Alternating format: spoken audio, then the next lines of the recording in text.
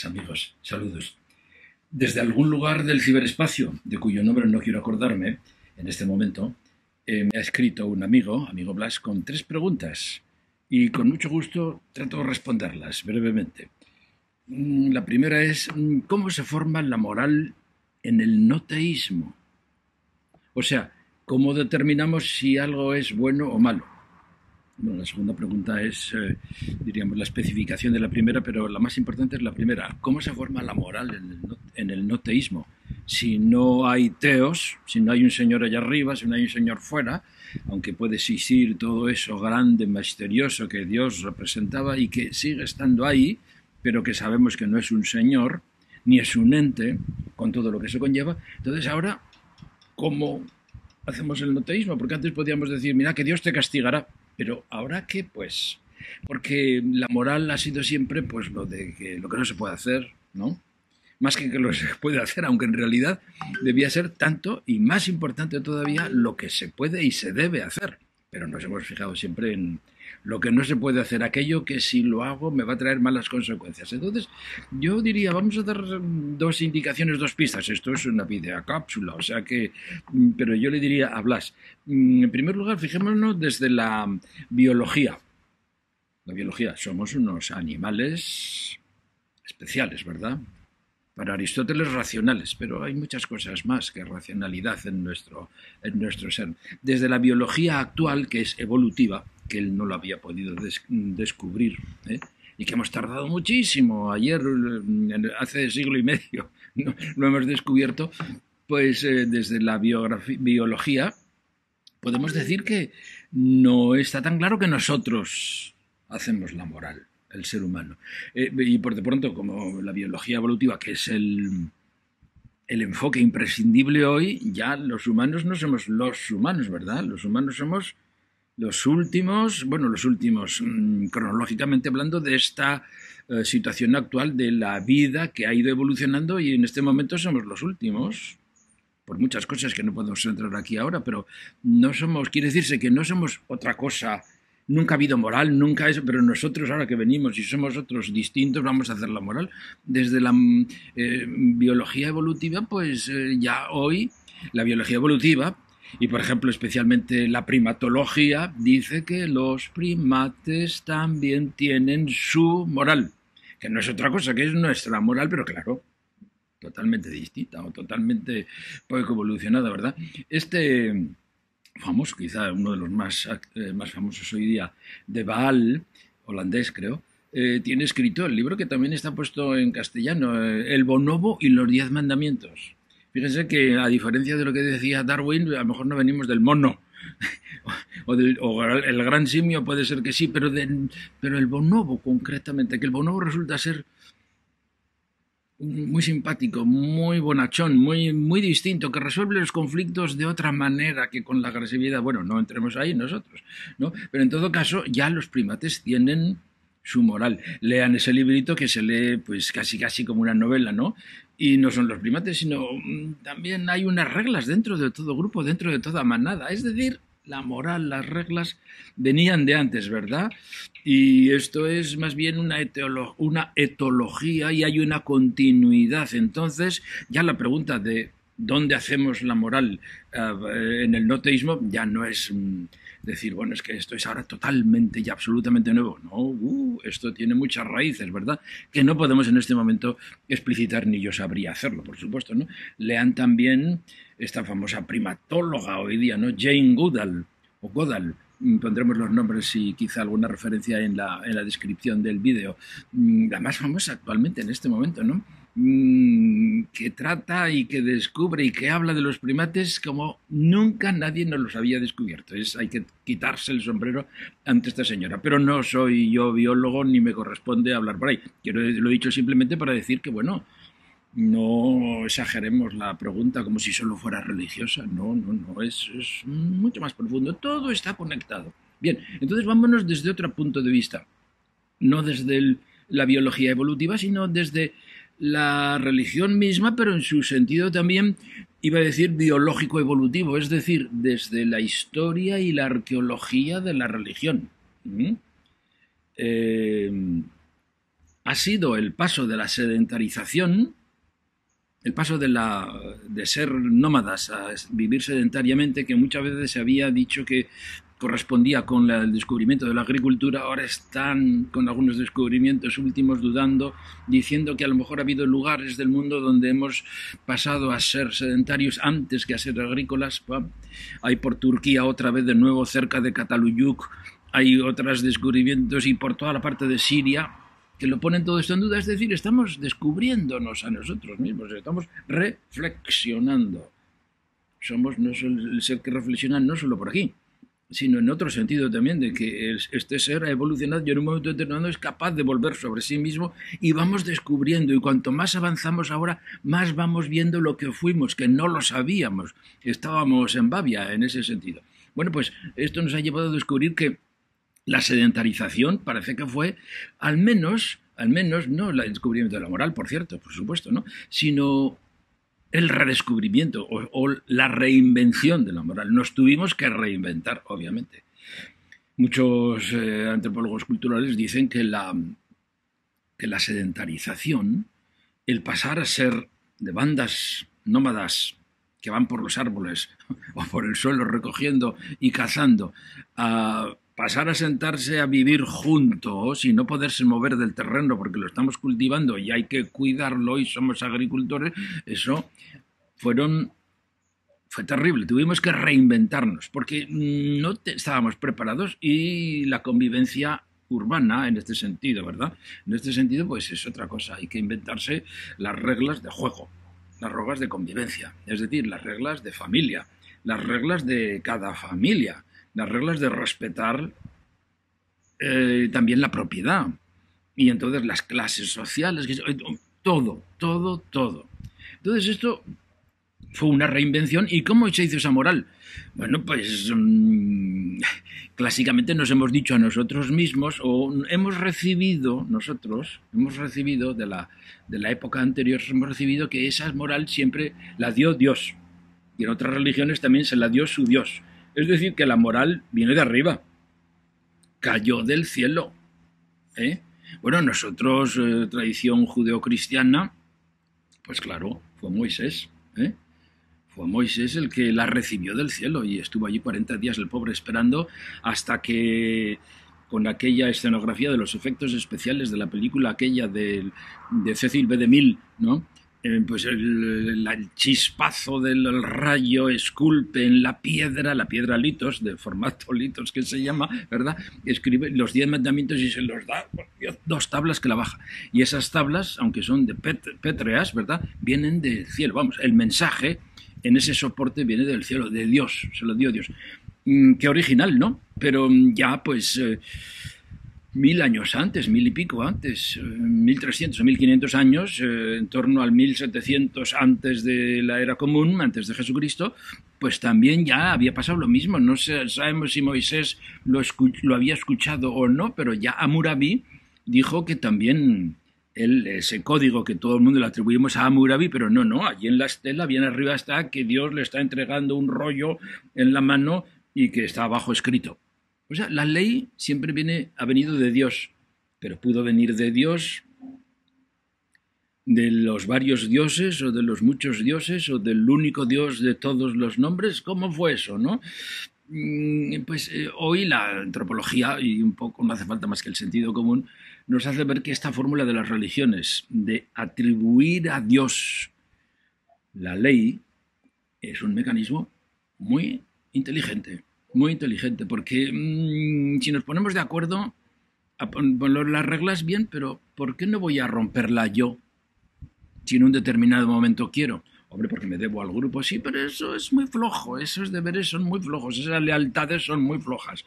Pues porque si es Dios el que lo ha dicho, eso es más serio, es una lealtad. Pero aún así, ahora, si Dios además castiga y promete los castigos eternos peores al quien quebrante la ley, entonces ya sí. Es decir, atribuir a Dios la autoría de la ley era la forma de sellarla, la forma de solemnizarla, y además incluso la forma de blindarla. Eso no se puede cambiar. la blindamos, que no venga nadie diciendo que eso son costumbres antiguas y que no, esto lo dijo Dios y por tanto ha sido y será siempre igual y no se puede cambiar. Era una fórmula también muy inteligente para blindar aquellas fórmulas sociales que tuvieron éxito y que nos va bien con esto. Aún así se cambiaron las normas muchas veces, ¿verdad? Pero ya fue en situaciones muy especiales. Mientras la atribución a Dios, el crear nuestra norma socialmente, olvidar cómo la hemos creado y atribuírsela finalmente a Dios y dejarla blindada ahí con su autoridad, es decir, el absolutizarla con el carácter absoluto de Dios, si Dios es el absoluto, sus normas son absolutas, no se puede. Eso ha sido el mecanismo normal. Sigue la pregunta. Entonces, en el no teísmo, bueno, digo que ha sido el mecanismo normal y que todavía la mayor parte de la gente vive, ¿no? Es decir, Dios amenazaba al que no cumpla esa ley. Y entonces, pues era una religión del miedo. No hay que darle vueltas, ¿no? ¿No se acuerdan ustedes del triángulo con el ojo en medio? Un gran ojo en medio de un triángulo, la Trinidad quizá, y el ojo vigilante, que a veces se lo ponían en sitios así como muy reservados o privados, no sé si íntimos, para decirte, cuidado, aun aquí que no te ve nadie, te ve Dios. Cuando yo era pequeño, y bueno, muchísimos siglos antes, yo creo, y ustedes también lo habrán oído, depende de regiones y tal, se acordarán de aquella poesía. Mira que te mira Dios, mira que te está mirando. Mira que te vas a morir, mira que no sabes cuándo. Oiga, ya con eso se calmaba uno. No hay problemas, no hay tentaciones, porque Dios es Dios y porque lo que me espera es el infierno.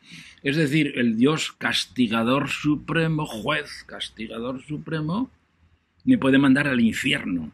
Por una cosa tan simple como cuando yo era pequeño, cuando ustedes también, yo creo, en el mundo católico en el que yo vivía, no ir a misa un domingo era pecado, no solo pecado, era pecado mortal. Es decir, pecado mortal es aquel por el cual, si yo muero esa noche, de muerte repentina se decía entonces, no había infartos entonces, eran muertes repentinas, iba directito al infierno, aunque hubiera sido toda la vida un santo.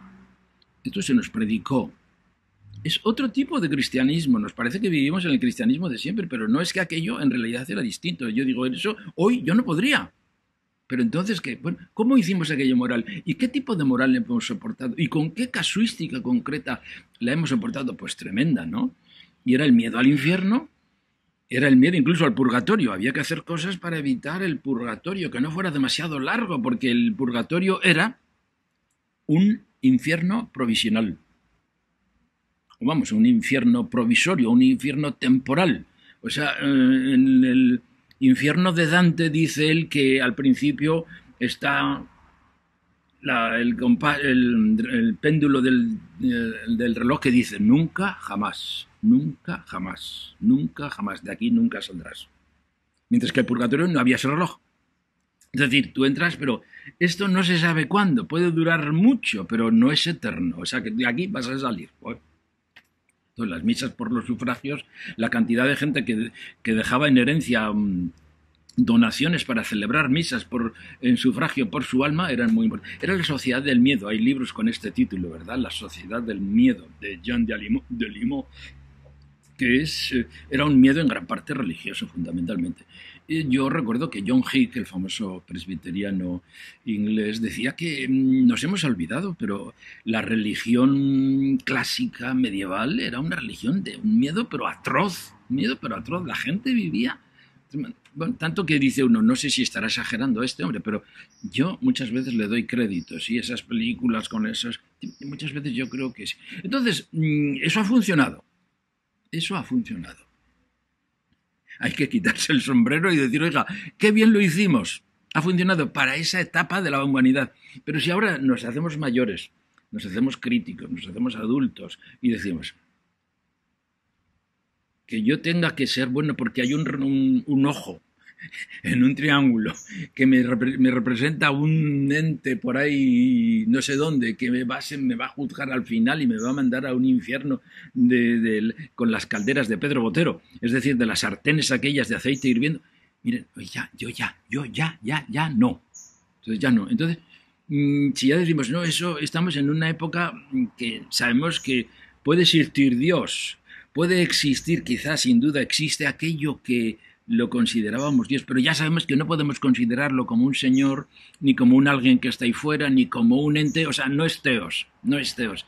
Y por eso, para evitar la confusión, vamos a dejar de hablar de Dios, vamos a hablar de lo que sí era Dios y seguirá siendo, del misterio, la sacralidad de la vida, la maravilla, el no saber, esa incerteza, pero que es a la vez intuitivamente segura. Eso nos hace vivir, y cómo nos lo montaremos en esta situación donde ya no podemos sentirnos atemorizados por un teos exterior, ni podemos decir que él nos lo dictó, sino que sabemos conscientemente que nos hemos hecho nosotros nuestra propia moral.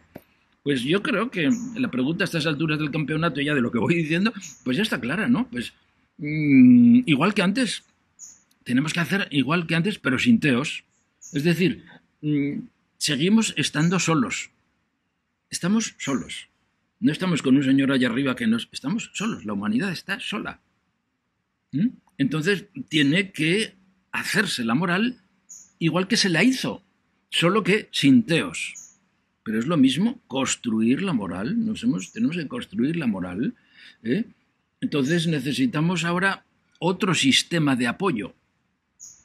Tenemos que cambiar de sistema de apoyo. Antes todo estaba puesto y todo se fijaba en que Dios está ahí arriba, teos, y que cuidado, tal, el infierno, el miedo, tal. Y entonces, hasta Dostoyevsky lo dijo, ¿no? Aquello que decía Dostoyevsky, dice, si Dios no hay Dios, pues ya cada uno hace lo que le da la gana. Pues tiene razón, o sea, tuvo razón, tenía razón. Pasa que ahora yo personalmente le digo, oiga, pues no. Aunque no esté Dios ahí, yo no voy a hacer lo que me dé la gana. Es que Dios no está ahí, pero estoy yo aquí. Pero ¿y qué pasa porque no esté Dios ahí, teos? Estoy yo aquí, y porque yo esté aquí solo, ¿voy a hacer cualquier barbaridad? ¿Voy a hacer lo que me dé la gana? Pero que no puede ser. Que no he perdido la cabeza. Entonces, estamos en ese momento en que se está cayendo una moral. La mayor parte de las normas, incluso dentro de la propia iglesia, del propio judeocristianismo, ya no se practican. Ya hay gente que no se habla, ¿no? Ya no se atreve nadie a predicar de algunos temas porque son manifiestamente obsoletos. Entonces, pero no se sabe cómo. A lo mejor es que es un modo así que no se puede decir cómo, ¿verdad? Pero estamos en ese tránsito, pasar de una fuerza a otra. Miren, es como cuando el avión, el vuelo, el avión tiene dos momentos importantes, y es cuando cambia de sistema de apoyo. El avión está posado en tierra y comienza a andar, cada vez más fuerte, cada vez más veloz, y en ese momento en las alas empieza a sentir la fuerza que le eleva por esa ley aerodinámica que no podemos entrar en ella ahora, ¿verdad? Y en ese momento es el momento en que pasa de apoyarse en las ruedas a apoyarse en las alas, hasta que ya tienen más fuerza las alas y se van para arriba. Y ya no sirven las ruedas, las guarda, para que no estorben al viento, las guarda. Pero cuando baja, unos pilotos me han dicho, esta pregunta por curiosidad la he preguntado a algunos pilotos, y unos me han dicho que el momento más grave es al salir, al despegar, y otros al aterrizar. Es decir, que cuando viene apoyado en las alas tan ricamente, va bajando, y van a más de 300 kilómetros por hora. Es el momento en que el avión a más debajo de 300 kilómetros por hora se cae. Y ahí en ese momento es uno de los más difíciles, porque tiene que pasar de apoyarse en las alas a apoyarse en unas ruedas que ni siquiera están tocando el suelo, y que es el momento en que puede pasar cualquier cosa, y por eso la pista tiene que estar neta, limpísima, ¿no? Bueno, pues estamos en eso. Nosotros nos hemos apoyado siempre en unas ruedas firmes del miedo y del temor y del infierno. Y tenemos que pasar a decir, voy a volar. Y ese cambio de sistema de apoyo no es tan fácil. Entonces estamos en ese momento, no cada uno de nosotros, sino la sociedad, en la medida en que la religión se está transmutando, está creciendo una sociedad secular. Claro, hay muchas personas que siguen con lo otro, ¿no? Y que además todavía manejan el proselitismo con el miedo al infierno y se hacen, cuidado, no tienes que pasarte aquí porque esa iglesia es falsa, porque ahí te condenas, porque tienes que hacer esto, porque Dios pide... Bueno, están en ese mundo todavía. No podemos hacer nada, hay que respetar a todo el mundo. ¿Y qué va a pasar? Pues nada, Dios sabrá lo que hace, hablando teísticamente, ¿verdad? Pero estamos en estas nuevas generaciones ya que no conectan con eso y que no tienen transmisión de la fe, como se decía técnicamente, y tenemos que reinventar eso. Yo diría, para concluir con optimismo, que yo creo que debemos tener confianza en que podemos, en que podremos, en que podemos, estamos pudiendo, y que nos saldrá de dentro, como nos salió de dentro antes, pero ahora ya sin ingenuidad de pensar que Dios nos lo ha dicho, o que alguien lo escriba pero después se lo calle y luego los otros lo presenten como que tuvieran una revelación y ya todos lo... No, eso ya no, eso ya es... Era de cuando éramos niños. Como dice San Pablo, cuando yo era niño, pues pensaba como niño, vestía como niño, reaccionaba como niño, pero ahora que me he hecho grande, me he hecho adulto, ya dejo los pantalones cortos que ya no me sirven, ya no, eso, ya déjelo. Esos mandamientos, déjelos, yo ya no, o sea, no me tiene usted que decir que alguien ha dicho que, no, la moral ahora va a ser de otra manera, ¿no? La humanidad no se va a tirar al monte, vamos a esperar con el no teísmo, ¿no? Y lo estamos viendo en tantas personas y colectivos que hacen surgir una nueva conciencia moral, mundial, libre, nueva, adulta, madura, sin miedos, sin amenazas de infiernos, ni ojos divinos vigilantes que apuntan nuestros trapos sucios, anotan para sacarlos a pública vergüenza en el juicio final mitológico, aquel que se iba a celebrar en el Valle de Josafat, en el al este del templo de Jerusalén, el Valle de Josafat. Allí iba a ser el juicio final. Bueno, ya eso, pertenece a la etapa mitológica que, gracias a Dios, hablando teísticamente, hemos superado. Entonces, de hecho, mucha gente ya está dando esta respuesta. Yo creo que por ahí iría esta respuesta que yo te daría, Blas, a esta pregunta. Gracias. Saludos.